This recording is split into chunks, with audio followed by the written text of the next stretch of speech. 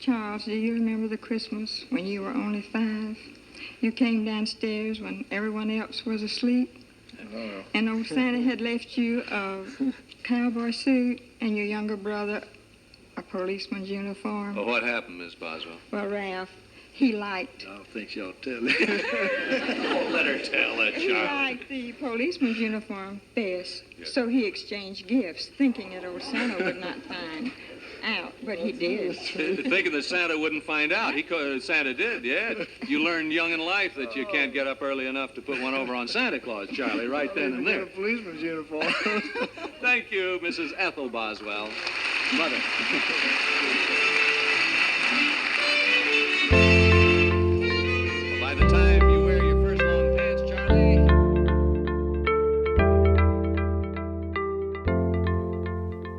That's Ethel Boswell. Back in 1960, talking on the TV show This Is Your Life, a reality-based documentary hybrid show which, according to Wikipedia, surprised guests and then took them through a retrospective of their lives in front of a live audience, including appearances by colleagues, friends, and family. So you could imagine that could have gone any direction whatsoever. Now, Edith was there on her first plane ride ever to surprise her son, Charlie, a then professional golfer and philanthropist. And she took the audience way back to that Christmas story. I like it. It's raw, it's honest, and it's all about the tension of grab all of this, getting handed one thing, wanting something else, and not being able to change the outcome. So you roll forward with it the best that you can. My name is Andy Jenkins, and this is my podcast about overcoming the soul and spirit hurts that we encounter, things we often don't expect, and then walking through the pain and into purpose. This episode and the next two will form a series within the series here, a 1, 2, 3 punch. And they'll take you on a much more serious journey of what happened to young Charlie when he got older. And then the same thing happened again, getting handed one thing, wanting and expecting something else, and not being able to change the outcome. Yet still, leveling up through the struggle and landing at a place far better than he ever imagined possible. I guarantee you the details of his story will be different than yours, but you'll be able to relate, and there will be plenty of application points and takeaways. Now, here's how I came up with the story. A few weeks ago, I attended a networking event for veterans and organizations that serve them. Most of it was military stuff. And just like true to most military type of stuff, that group, that networking event, acronyms, I don't even know if that's a verb, but they acronym their name. CAVC. C-A-V-C. An acronym that doesn't actually spell anything, but it's an incredible organization.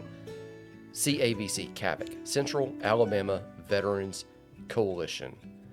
I was there because of the veteran-related GY6 resources. They're tools we've created to help veterans, military personnel, and first responders, anyone for that matter. A lot of people attend our workshops and say, well, I'm not any of the above, but I benefit from all of this. Okay, so links to everything there is down in the show notes. We help people overcome the hurts of post-traumatic stress and moral injury. At the meeting, a retired colonel mentioned the upcoming Charlie Boswell Memorial Golf Classic. It's a tournament that's here to fund a 501c3 nonprofit that assists blind veterans. There's the curveball, blind. And after that meeting, I received an email to a very small group of people. So this wasn't on list to everybody. This was just a few from the colonel with the question, Can you all help us get the word out about this? I replied, I think the best way I can help you is to sit down with you, let you tell the story. I'll record it, I'll podcast it, and we can send it out to people who listen, and we can share it and just kind of keep it going and going and going. So, Chuck Boswell, that's Charlie Boswell's son.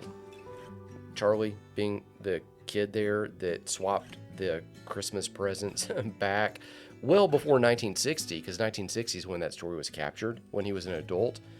Chuck and his friend Myra came to my house to the tiny room.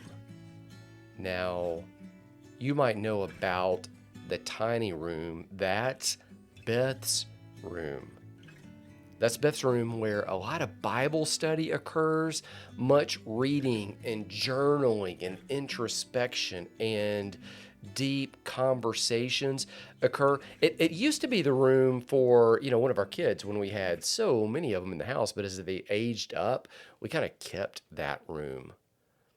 It's tucked off to the side, and it was a bedroom. It's got a window and a closet and all of that stuff, but it is now, if you've ever been here, you just know it. And if you've been in it, the tiny room, it's sacred space.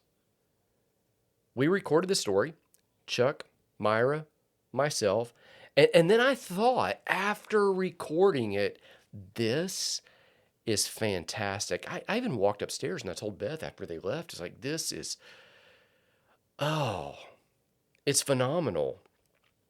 But then the SD card did not work. It was a big, fat fail. It had worked for hundreds of times before, but it was somehow, here's what it says when you run the check, file corrupted. So the three of us agreed to, let's just do it again the next day. But the next day, when Chuck and Myra returned to the tiny room, they brought me even more things. A book. And 60-year-old TV clips like the one you just heard. And that's where the story gets really, really good. Oh, and then there's this. One of our clients was already at the house that day recording another incredible story that I'll tell you about that one sometime soon. And Chuck and Myra made some connections with her, and she made some connections with film, and that kicked everything to an entirely different level of stuff we're already still tracking down and putting down together, like still even now, like we're still sorting it and figuring it out, even after I've recorded all of this, showing that, like that Christmas that Charlie experienced, you don't always get what you want in life. Sometimes you want the police uniform and you get the cowboy outfit. Yahoo, right? And you can't change it. In fact, when you try to change it, it just backfires. But if you persist through it, some really beautiful things come to pass. So listen up, lean in. Here we go.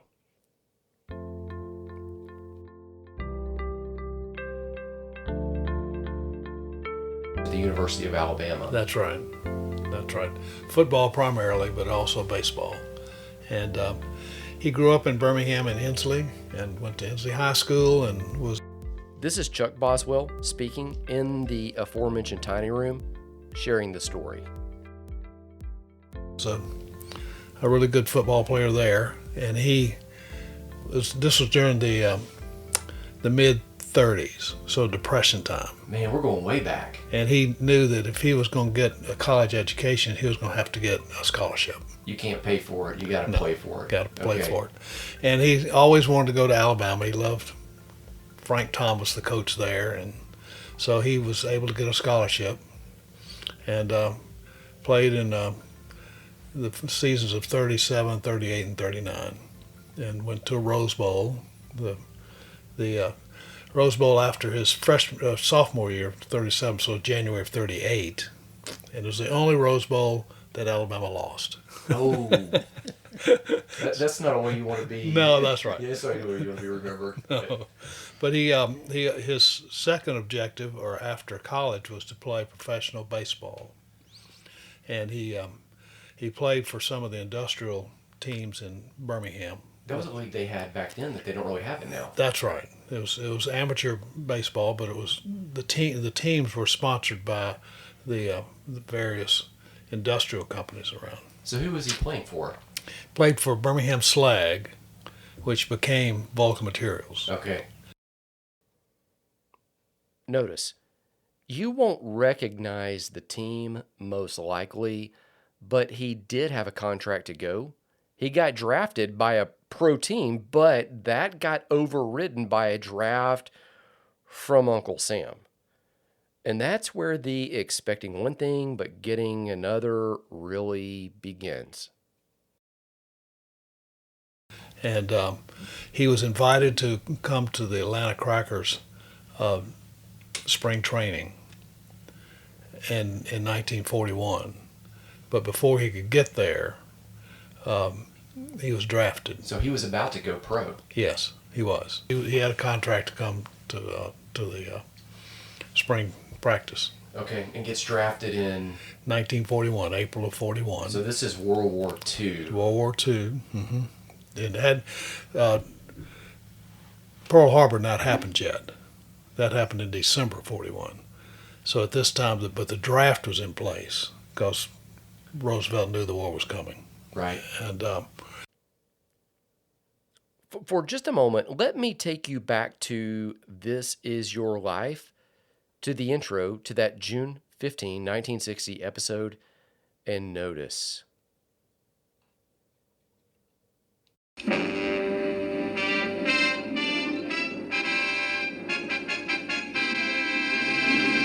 This is Your Life, an American television tradition. We're going to see an unusual demonstration by a remarkable golf champion. Now, there he is now, preparing to make a putt. Let's see now. We'll watch him make the putt here. He's lining it up. There it goes. Beautiful. Just, maybe 12 inches off there. A beautiful shot. This man also square dances, water skis at 25 miles per hour, mows the lawn, washes his own car, and gets up on the roof of his house to clean leaves from the rain gutters. Now, these are normal things, you say. Well, ordinarily, yes. But this man is totally blind. Yes. Blind.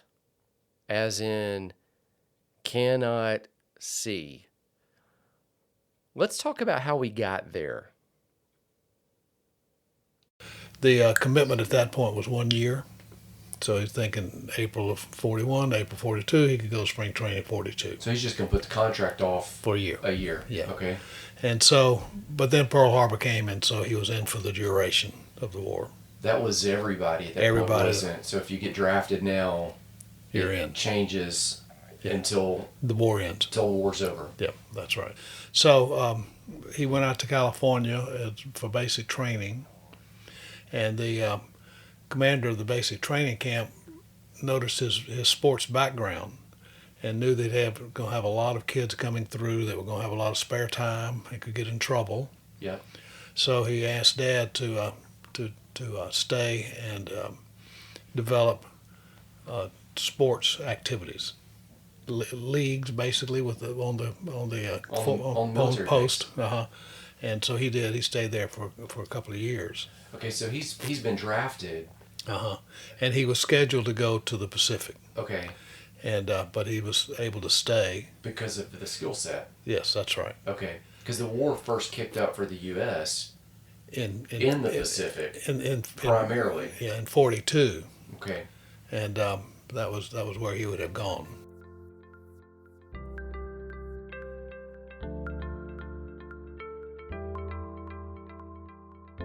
Yes, it is, Ralph. Charlie was proud to have a part in defending our American way of life. That's Charlie's wife, Chuck's mother, Kitty. Back on This Is Your Life. Notice what Charlie, the father, did not want. But there was one thing that he had a very definite feeling about. He didn't want to have to come back home maimed. He felt, in fact, that it would be better just to be killed on the battlefield. He didn't know that one day he would have to change his mind about that. Well, with a last admiring look, Charlie, you say goodbye to your wife and infant daughter, never realizing that this would be the last time that you would ever see them. The goodbye became the final time he would ever see them. Not the last time he would be with them, but the final time he would see them. Your division, the famed 84th, Rail Splitters, groups at Camp Kilmer, New Jersey, and within 3 weeks, you're on a troop transport crossing the Atlantic. Ahead of you lie the uncertainties of combat. Behind you lie 27 happy years. Years that began in Ensley, a suburb of Birmingham, Alabama, where you were born on December 23rd, 1916. He ended up in Europe after D-Day in October of 44. He was in France and Germany, and was asked by his company commander to take some materials, supplies up to some of their people who were at the front and needed ammo and other supplies. In November 1944, Charlie, while participating in the first great assault on the Siegfried Line, north of Aachen, Germany, elements of your 3rd Battalion raced through nests of German resistance and entrenched themselves just beyond the town of Lindern, completely surrounded by the enemy. Someone has to get supplies through to them. The next day, a medium tank lumbers along the Gerinchweiler Road, pulling a Jeep trailer full of ammunition and supplies. Inside that tank, beside the crew, there are you and 2 other infantry officers. I was one of those officers. One of your companions on that fateful day, Charlie. He was a captain then, now battalion staff assistant, 143rd Transportation Battalion, Vermont Army National Guard. Yes, from North Walpole, New Hampshire, here is Major James Hardy. Jim Hardy. You got that towel? I need it. What happened that morning, Major Hardy? Well, Ralph, suddenly a German pillbox about 25 yards off the road opened up with bazookas and machine guns, and they stopped the tank. And the shells were penetrating the tank, and the shrapnel was ricocheting around inside. You're given orders to abandon the tank? That's right, Ralph. I started out the turret on one side, and the other officer, Mike Lollinger, and Charlie started out the other side. Charlie got almost out, and he noticed one of the crewmen had been hit. So Charlie went back in, pushed this boy out, and he was just about to get out himself, and they had another direct hit on the tank and blew Charlie right off. Despite a lot of surgeries in Europe, in England, and then back in the United States at the Valley Forge Hospital, which was the eye hospital for the vets. They couldn't save his eyes. And now, you and I, we see the joy-filled side of Charlie Boswell, but... So he was depressed, as you can imagine, because now all of a sudden his life was going to change. We don't see the struggle he endured to get there. You know how it goes. We often see the highlight reel of people's lives, but not the low light and even dark moments they had to endure to get there. We see the peaks. We often omit the pits. The problem is that we all endure the bleak moments. What St. John of the Cross called the dark night of the soul. Maybe even if you're like most people, you could just say dark nights, plural, seasons, dark seasons of the soul. Here's a close friend of Charlie's recounting their experience together after the tank incident. Naturally, Ralph, he was very, very depressed. His world had really shook up, I think. But it had been a tremendous shock to Charlie to realize that probably his athletic career was at an end. And although the doctors had some faint hope that they could restore his sight through further surgery, I'm sure that Charlie unconsciously was preparing himself for the worst. And so you, Al Parsons, lend a hand, reading Charlie's letters to him and writing his answers home to Kitty and the family. That's right. Anyway, I could help raise his spirits, Ralph. I had lost one eye in action in France, but I still had one good one. One good one between the two of them. So I acted sort of as Charlie's seeing-eye dog, and we got to be very close. My sister was already born, so he had a wife and a child, and he got to take care of him. And he didn't know how he was going to do that. And so anyway, Mom came up to Valley Forge. Yes, we were married at April the 5th, 1942, Ralph. And then I became an Army wife and started traveling with Charlie from one Army post to the other. That's Kitty Boswell again. Here, she is recounting their reunion some years later on a PGA Tour television segment about Charlie Boswell, dated May 30, 2004. I went in the room where he was, the hospital room, and when he turned around, his eyes looked so completely different that I knew, they were really bad. I went and sat down in his lap and I said, "Why don't you tell me what's wrong? I know there's something and it won't make any difference." And so he told me then. We both had a good cry and that was the end of it. Now, I think an important observation, this is key. It's essential.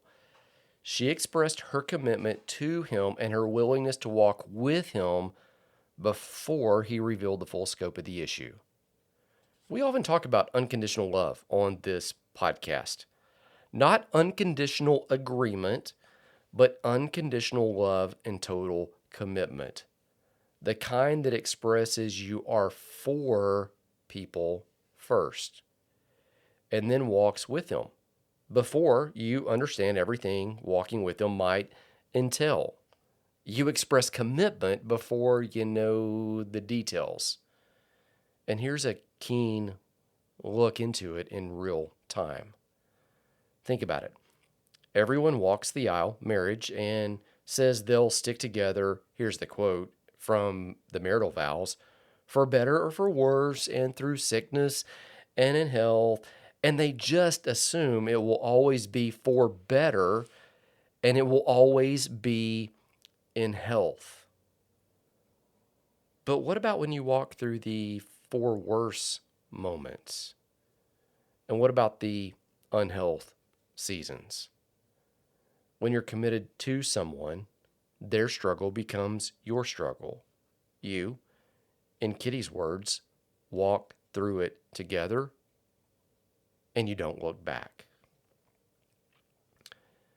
Now that meant for them not just dealing with the medical side of things, but also learning how to do life in a completely new way together. Here's Chuck explaining it. And the rehab center at the VAs teaches the folks how to live their life daily. It's not rehab on their eyes. It's rehab on how they live, teaching them how to catch a bus, how to walk around town, how to go to a store. How do you take a shower? How do you... Yeah, that's right. I mean, all these things that... That's right. And it's the same program that Dad went through. It was started during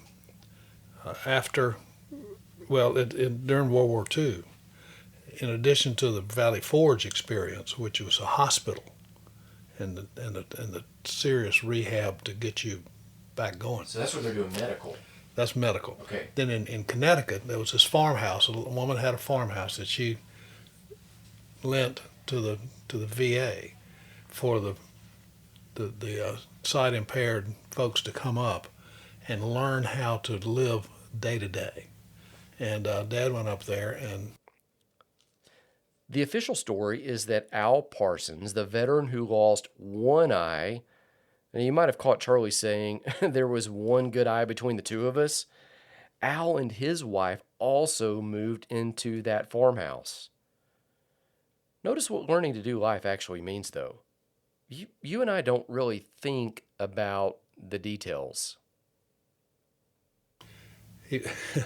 Funny story. He was walking it down the long driveway, had a cane, kind of tapping the edge of the driveway so he could keep up with it, and started snowing.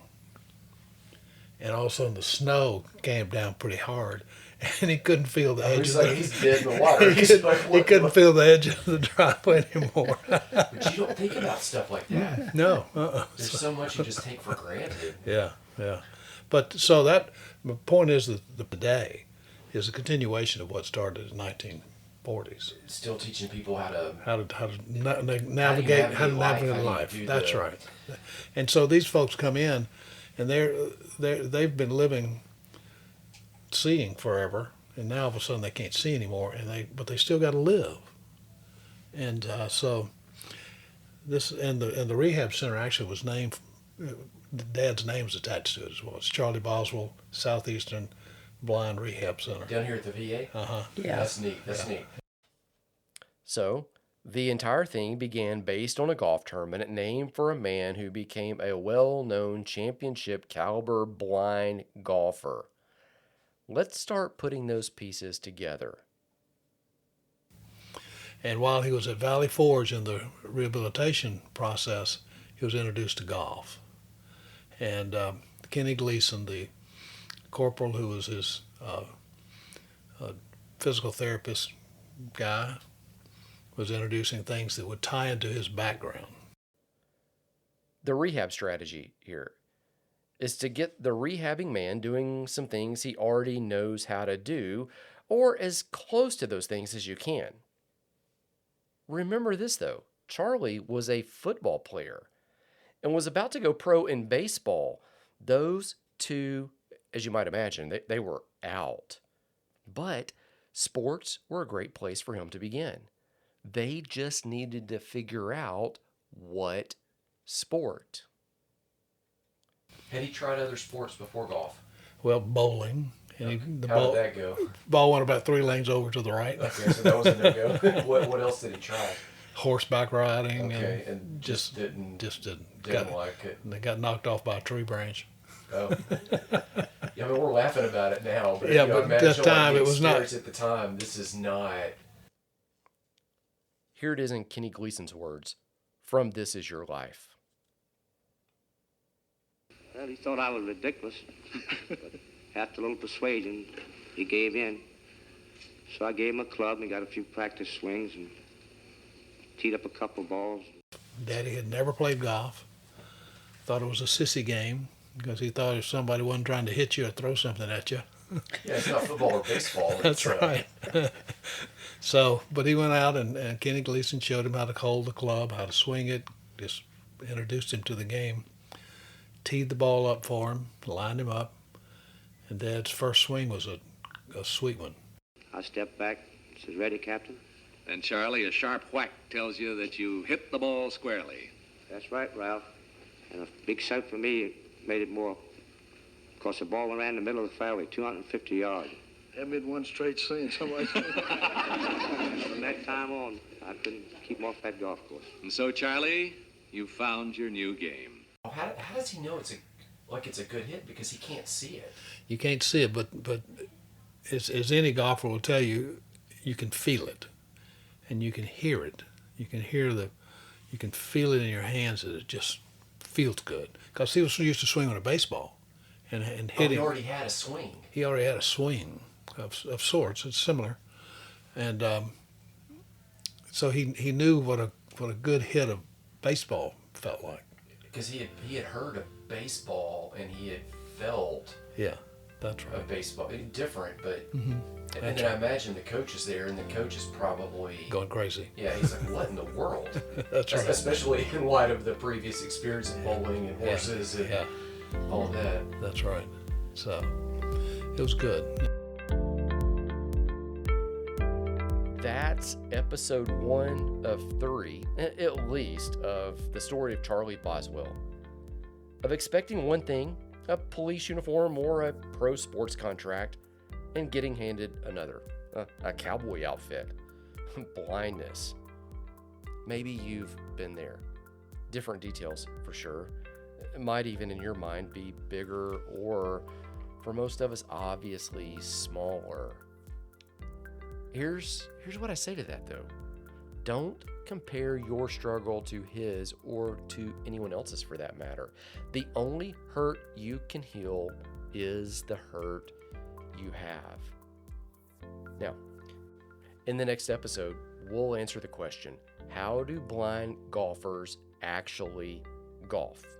And we take the conversation farther. My prayer for you in this moment, though, as we end every single episode, is the Lord bless you, He keep you, He be gracious to you, shine His favor upon you. May you see not the circumstance, but the Savior and the thing He's taking you to. May you not see only the pain, but also the purpose and the platform that one day that might give you as you serve others walking through the same struggle. Grace and peace. I'll see you in the next episode.